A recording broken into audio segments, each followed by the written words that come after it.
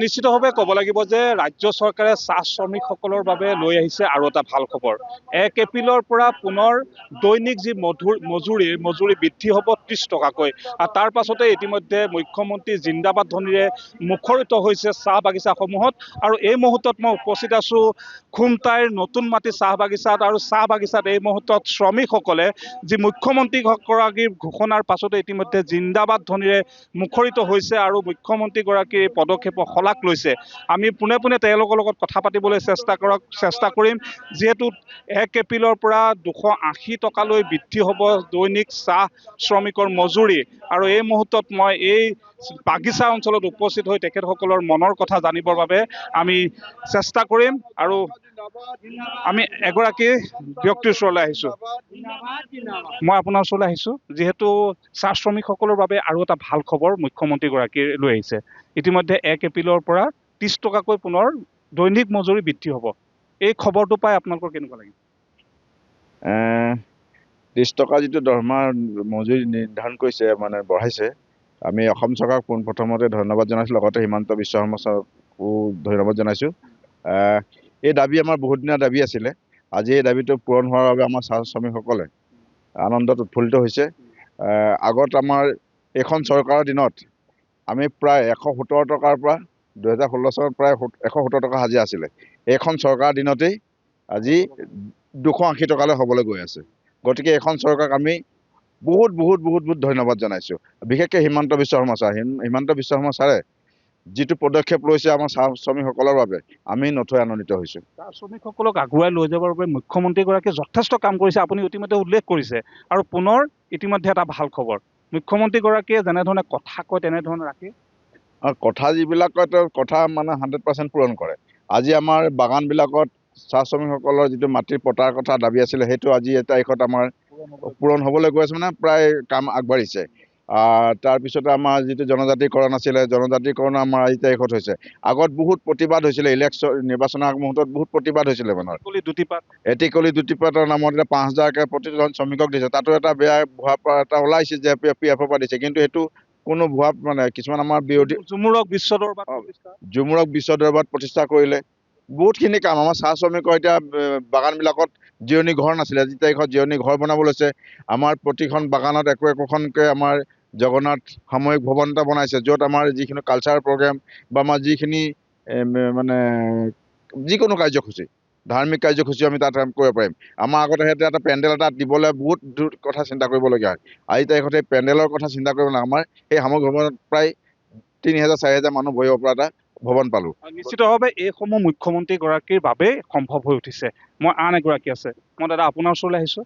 যিহেতু আপোনালোকৰ 30 টকা পুনৰ দৈনিক মজুৰি বৃদ্ধি কৰা হৈছে, ইতিমধ্যে 1 এপ্ৰিলৰ পৰা কাৰ্যকৰী হ'ব। এই খবৰটো পাই আপোনালোকৰ কেনেকুৱা লাগে? প্ৰথমে মই অসম চৰকাৰ তথা আমাৰ CM ছাৰক ধন্যবাদ দিছোঁ যে অসমৰ যিমান চাহ জনগোষ্ঠীৰ কাৰণে ইমান এটা মানে চিন্তা কৰিব পাৰিছে। আৰু তেখেতে যিটো চিন্তা কৰিছে এইটো আমাৰ চাহ শ্ৰমিকৰ কাৰণে বহুত আশাৰ ৰেঙনি লৈ আহিছে। আৰু যিহেতু আমাৰ চাহ শ্ৰমিকবিলাক বহুত কষ্ট কৰে, তেখেতে যিখিনি পদক্ষেপ লৈছে আমাৰ চাহ শ্ৰমিকৰ কাৰণে, আজি বাগিচাই পাতঘৰ এটা মানে দিছে, সেইটো এটা বহুত ভাল খবৰ। মানে যে অলৰেডি আমাৰ ইয়াত 3খন পাকঘৰ হৈয়ে গ'ল, অলপ আৰু বাকী আছে। গতিকে যোৱা সময়ছোৱাত যিহেতু বহু চৰকাৰ গ'ল, কিন্তু শ্ৰমিকসকলৰ বাবে কোনো গুৰুত্ব নিদিলে।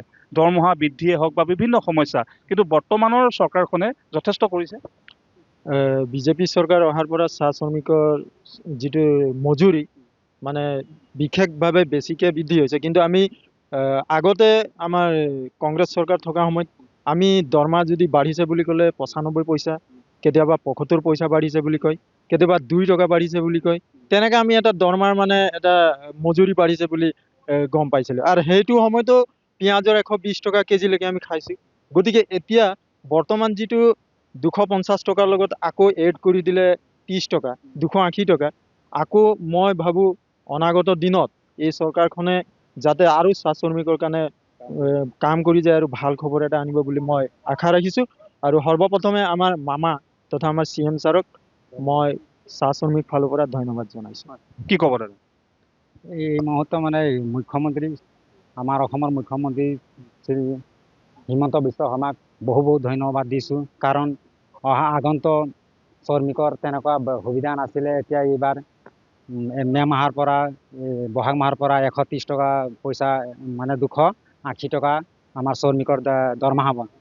সেইলৈকে মানে মুখ্যমন্ত্ৰী ছাৰক আমি কাকক ধন্যবাদ জ্ঞাপন কৰিছোঁ। কি ক'ব, এজন নৱপ্ৰজন্মৰ যুৱকক লগ পাইছোঁ, দৰমহা বৃদ্ধি হৈছে পুনৰ 10 টকাকৈ 30 টকাকৈ, মুখ্যমন্ত্ৰীগৰাকীয়ে চাহ শ্ৰমিকৰ বাবে লৈ আহিছে ভাল খবৰ। আমি আমাৰ সন্মানীয় আমাৰ অসমৰ মুখ্যমন্ত্ৰী হিমন্ত বিশ্ব শৰ্মা ছাৰক আমি বহুত বহুত ধন্যবাদ জনাইছোঁ।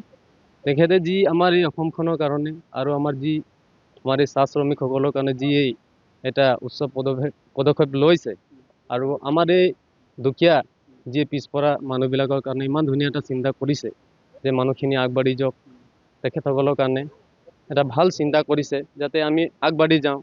আমাৰ যি দুখ কষ্ট সেইখিনি যাতে অকণমান সফল হওক, হয় নে নহয়? খুব দুখ কষ্টৰ মাজেৰে আমি কষ্ট কৰি আমি জীয়াই আছোঁ, আৰু সেই কষ্টৰ মাজেৰে আমি আগবাঢ়ি যাবলগীয়া হয়, কিন্তু সেইখিনি দুখ বেলেগে বুজি নাপায়।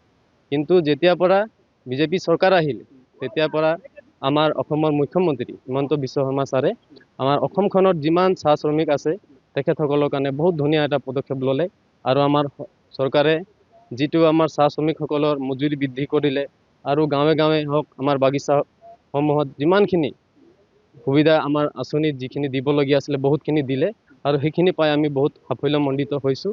আৰু আশা কৰোঁ আগন্তুক দিনতো আমি এনেকুৱা সঁহাৰি পাম, আৰু আমাৰ অসমৰ মুখ্যমন্ত্ৰী ছাৰে আমাক সদায় এনেকৈ আমাক সহায় কৰি থাকিব, আৰু এই বিষয় লৈ পেলাই আমি খুব সুখী। আৰু আগন্তুক দিনতো আমি বিজেপি চৰকাৰৰ মানে সন্মতিক্ৰমে আমি সদায় আগুৱাই যাম, আৰু আগন্তুক দিনলৈকে আমি সদায় আমাৰ লগতে আমি থাকিম, আৰু সদায় এনেকৈ আমি আগবাঢ়ি যাম বুলি আশা কৰিছোঁ। ধন্যবাদ জনাইছোঁ। মই এগৰাকী মহিলাক লগ পাইছোঁ এই মুহূৰ্তত। কি ক'ব, যিহেতু মুখ্যমন্ত্ৰীগৰাকীয়ে চাহ শ্ৰমিকসকলৰ বাবে যথেষ্ট কাম কৰিছে, আপোনালোকে যোৱাকালি গম পাইছে যে 30 টকাকৈ পুনৰ মজুৰি বৃদ্ধি হৈছে, সকলোৰে মুখত কেৱল হাঁহি, মুখ্যমন্ত্ৰীক ধন্যবাদ জনাইছে, এই মুহূৰ্তত কি ক'ব? আমিও নতুন মাটি বাগানৰ ৰাইজ হৈ মোৰ ফালৰ পৰা মই মুখ্যমন্ত্ৰী ছাৰক ধন্যবাদ জনাইছোঁ, আৰু আমাৰ ৰাইজেও নথৈ আনন্দিত হৈছে। মই ইয়াকে কওঁ। যথেষ্ট লাভান্বিত হ'ব, যিহেতু পূৰ্বতে যথেষ্ট কম আছিলে। হয়, অসুবিধা হৈছিলে, এতিয়া যথেষ্ট সকাহ পাব ৰাইজে, আৰু এতিয়া 30 টকা বৃদ্ধি পাইছে, আমি নথৈ আনন্দিত হৈছোঁ। কি ক'ব বাইদেউ, কিমান সুবিধা হ'ব? বহুত ভাল সুবিধা হ'ব, ভালে পাইছোঁ আৰু। মুখ্যমন্ত্ৰীগৰাকীয়ে যথেষ্ট আগবঢ়াই লৈ গৈছে।